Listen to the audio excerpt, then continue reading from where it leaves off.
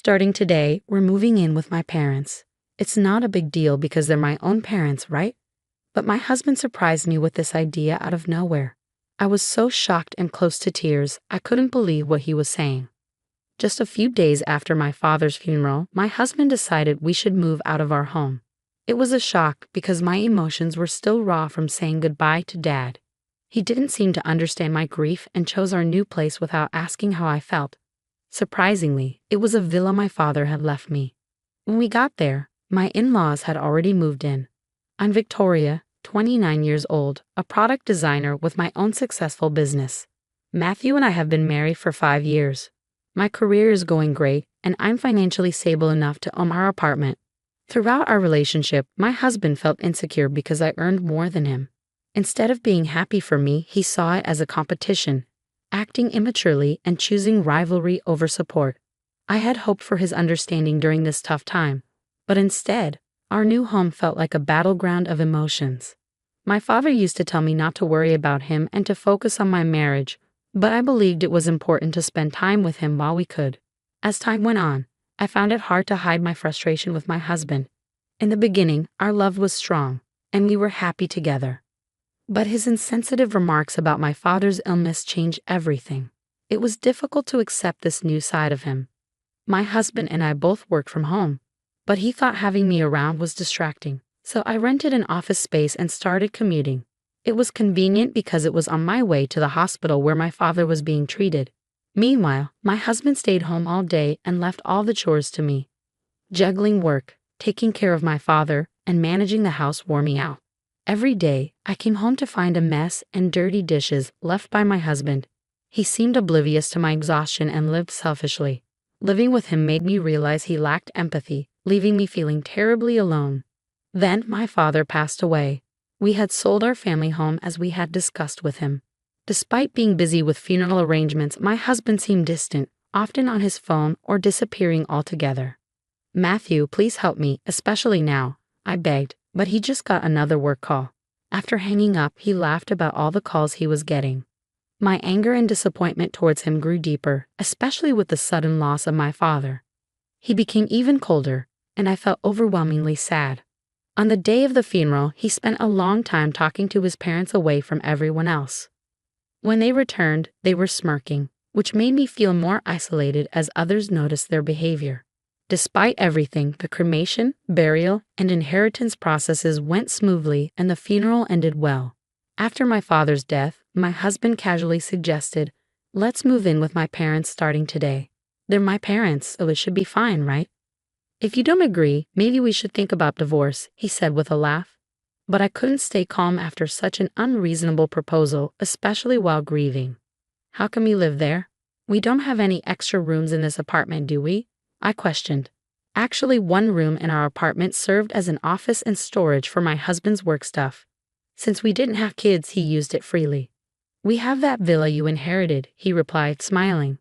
I was shocked. Even though we had sold our family home, the villa held special memories for both my father and me. It was a place I wanted to keep as a tribute to him. But my husband didn't seem to care about my feelings and kept pushing for his own way. Living in that villa would be really tough for me. I tried to explain, but he didn't seem to listen. His parents had already ended their lease and decided to move into the villa. It seemed they had planned this during my father's funeral. Attracted by its space and peaceful location, their move was already in progress, and I felt like any objections I had would be pointless. Every time I tried to talk about my feelings, my husband would get annoyed. "You're always thinking about yourself. You've been away from home so much because of your father's illness and those sudden emergencies. Do you realize how much I've had to put up with because of your obsession with your father?" His words were harsh and unsympathetic, making my world even darker. "Now that your father has passed, you should listen to me," he went on. "It took him a whole year to die, which was way too long." His cold, heartless comments left me reeling. I didn't want to believe that this was who my husband truly was, but it was becoming painfully clear. He had little regard for my father or me. I remembered the pain on my father's face as he lay in the hospital bed. He would never have wanted me to abandon his memory just to obey my husband's insensitive demands. My husband's lack of empathy was crushing, and I felt more and more alone in my grief. and in my battle to honor my father's legacy. In that moment, any love I had for my husband vanished. My heart ached as I considered his apparent excitement about gaining the villa while I was supposed to be grieving for my father. Despite the storm of emotions inside me, I kept my composure and cautioned him, "You may think living in the villa is a good idea now, but you might regret it later." He seemed determined, so reluctantly I agreed to his plan. Taking only a few essentials, I left our home. My husband looked puzzled by my sparse belongings, but I simply told him, "I'll get the rest later."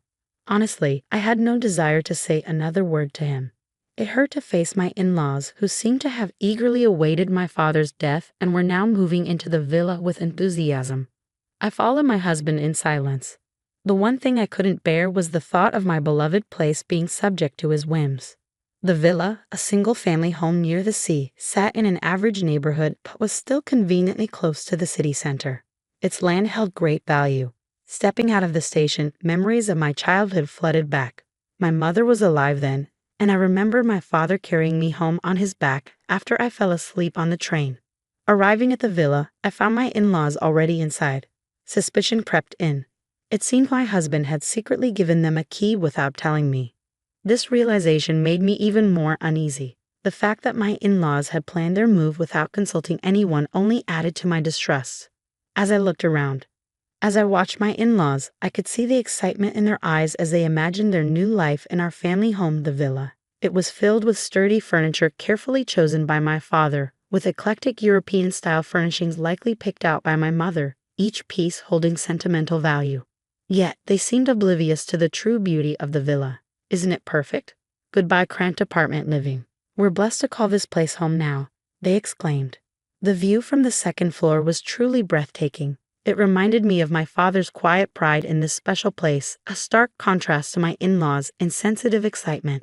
Amid their excitement over what they dubbed the marvelous House of Secrets, my husband and his parents' enthusiastic comments only grated on my nerves.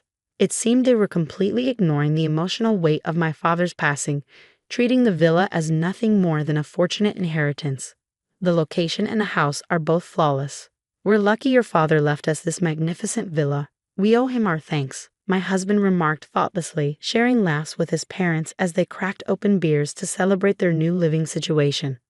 As I prepared snacks for them, cherished memories of moments spent with my parents around the dining table felt overshadowed and tainted by the current atmosphere. I chose to bury my emotions and soldier through the night. The next morning, the mood was abruptly shattered by my mother-in-law's piercing scream echoing through the villa. As I hurried to see what had happened, I found her on the bathroom floor, gripping her foot with a panicked expression. "The floor just gave way under me," she gasped, still shaken from the shock. My husband and father-in-law looked puzzled. "The floor seems fine. You probably just slipped," they suggested casually, brushing off her concerns. They examined the area she pointed to, but the floorboards appeared smooth and perfectly aligned. However, she insisted, "I'm certain the floor collapsed." As they continued their cursory inspection, I intervened. "Have you tried stepping on that slightly different colored part of the floor?" I asked, surprised. They all focused on the spot I indicated. Stepping forward, I pressed down on the discolored section with my slippered foot, and immediately the floorboard made a distinct sound and slightly sank. But the moment I lifted my foot, it snapped back into place. "What was that?" they exclaimed simultaneously. If someone stepped on it without knowing, they'd think the floor had collapsed. "Look, the floor sinks a bit. It's like a trap," I clarified. "That's dangerous. Is there something wrong with this house?" They reacted, suddenly concerned. Their previous disregard for the sentimental value of the villa to me seemed momentarily forgotten as they faced the unexpected reality of its physical quirks. I calmly explained the situation, and they all looked at me with surprise and skepticism. "It's not a flaw," I assured them. "My father deliberately installed these features. This house is what you might call a mechanical mansion or a trick house." "Why would he do that?" they asked, perplexed. "Well, my father was a huge fan of ninjas. He invested a lot of time and money in this villa, which was not only his pride and joy, but also a showcase of his creativity," I explained. "As a child, I often came here while he worked on the house's mechanisms or added new ones. That's why the villa is full of traps and clever contraptions, like a shelf you shouldn't touch, a floorboard that drops when stepped on." A door that only opens in a specific sequence, hidden doors, and even secret rooms. This house is a reflection of my father's dreams and his inventive spirit developed over many years. Of course, this place is familiar to me, having visited since childhood and learned from my father how to navigate all these traps. I have no trouble with them. But it's a different story for my husband and in-laws who are unfamiliar with it. I warned you that living in this villa would be challenging. I also mentioned it's a place filled with my father's memories. My father's fascination with ninja gadgets was widely known among our relatives. What surprised me was that my husband and his parents had been oblivious to it. At first, my husband claimed he hadn't heard about it, but now he was speechless. My in-laws were equally taken aback by this revelation. With our apartment lease already canceled and nowhere else to go, they looked to my husband for guidance. Amid their confusion, both my father-in-law and husband accidentally triggered another trap, causing them to tumble. Seeing them sprawled on the ground, I couldn't help but chuckle. "Feel free to stay as long as you like," I said, my tone more sarcastic than sincere. They had been enchanted by the villa's luxury, ignoring my warnings and showing no interest in my father's hobbies. Now their oversight was catching up with them. Even my explanations about the trap dangers seemed to go unheard. "This won't be a problem. We'll adjust," my husband replied, trying to sound confident. I smiled knowingly, understanding his attempt but also aware of the challenges they would face in a house filled with my father's intricate contraptions. I informed them that I would return to the apartment to prepare for our move. However, my real intention was to stay behind. I needed some time alone to go through my father's belongings, finding comfort in the quiet. It gave me the space to gradually regain a sense of optimism and start envisioning my future. In just 2 days, my husband and in-laws had had enough of life in the villa. Meanwhile, my father's villa had become a minor attraction in the neighborhood. It was regularly featured in local newsletters as the trick mansion nestled in the residential area. Whenever the villa was occupied, curious locals and visitors, drawn by its reputation, would come to see the famous house. I remembered times when strangers toured the villa and local children played around it, bringing energy and liveliness to the place. My father had listed both the villa's and our former home's phone numbers in the newsletters. But now that the family home's number was inactive, any inquiries would be redirected to the villa's number. Thanks to my upbringing, I was fluent in foreign languages, which made it easy for me to handle calls from international visitors. However, my husband and in-laws struggled with this. They couldn't understand foreign languages and were already overwhelmed by the challenging lifestyle of navigating the house's many traps. Exhausted, sleep-deprived, and overwhelmed by the constant stream of unexpected visitors and challenging phone calls, they stumbled back to the apartment. "Why don't we all just live in this apartment together? Consider it," they suggested, desperate to escape the villa. They had eagerly anticipated inheriting the villa after my father's passing, but ironically, they couldn't handle living there for even 2 days. Instead of offering them tea, I handed my husband the divorce papers already filled out and stamped. "There's no way we can live together. If you understand, please leave quickly," I explained with a heavy sigh. I couldn't forgive him for his insensitivity and the way he had dismissed my feelings without discussion or explanation. He had unilaterally decided we would live with his parents. He had never shared household responsibilities with me before and had comfortably left them all to me. During our time at the villa, I felt trapped and overwhelmed, yet he seemed completely indifferent to my struggles. Facing my husband and his parents in our apartment, I realized I couldn't continue living with someone so self-centered. His actions had spoken louder than any promises he could make. "What's going on? You used to love me, right?" he asked, puzzled by my cold demeanor. I couldn't help but scoff at his naive question. How can I love someone who secretly wished for my father's death and celebrated when he passed? I replied, my voice steady and unwavering. I handed him the divorce papers and firmly instructed all 3 of them to leave the apartment. "First of all, this is my apartment. If anyone should leave, it's you," I asserted. When my husband raised his voice, disregarding the disturbance it caused our neighbors, I reminded him calmly, "Victoria, I'll call the police for trespassing if you don't leave quietly. Remember, this apartment is in my name." They fell silent, realizing the seriousness of the situation. They had relied on me for financial support, and now, with little of their own, they faced a harsh reality. Determined to cut ties before they could start their lengthy persuasions, I watched them leave. Neither my husband nor my in-laws had much in savings. After being kicked out of the apartment and unable to return to the villa, they ended up in a cheap, low-quality apartment, struggling to get by.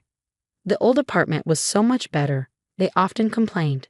Initially, my husband felt guilty and apologized repeatedly. However, as time passed, his guilt turned into resentment towards his parents. Because of their age, they didn't work much, and their attempts were short-lived. Eventually, they used up all their savings and pension.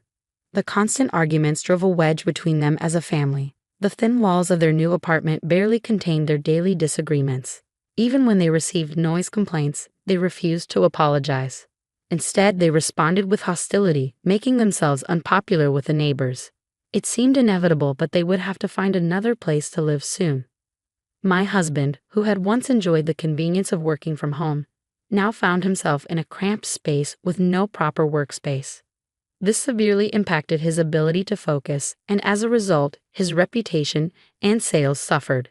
He struggled to make ends meet with a late-night job at a convenience store and was considering taking on multiple part-time jobs just to get by.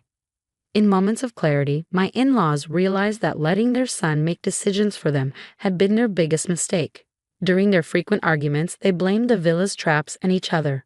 "If you had been more responsible, we wouldn't be in this mess," they would argue, pointing fingers but never acknowledging their own roles in their downfall.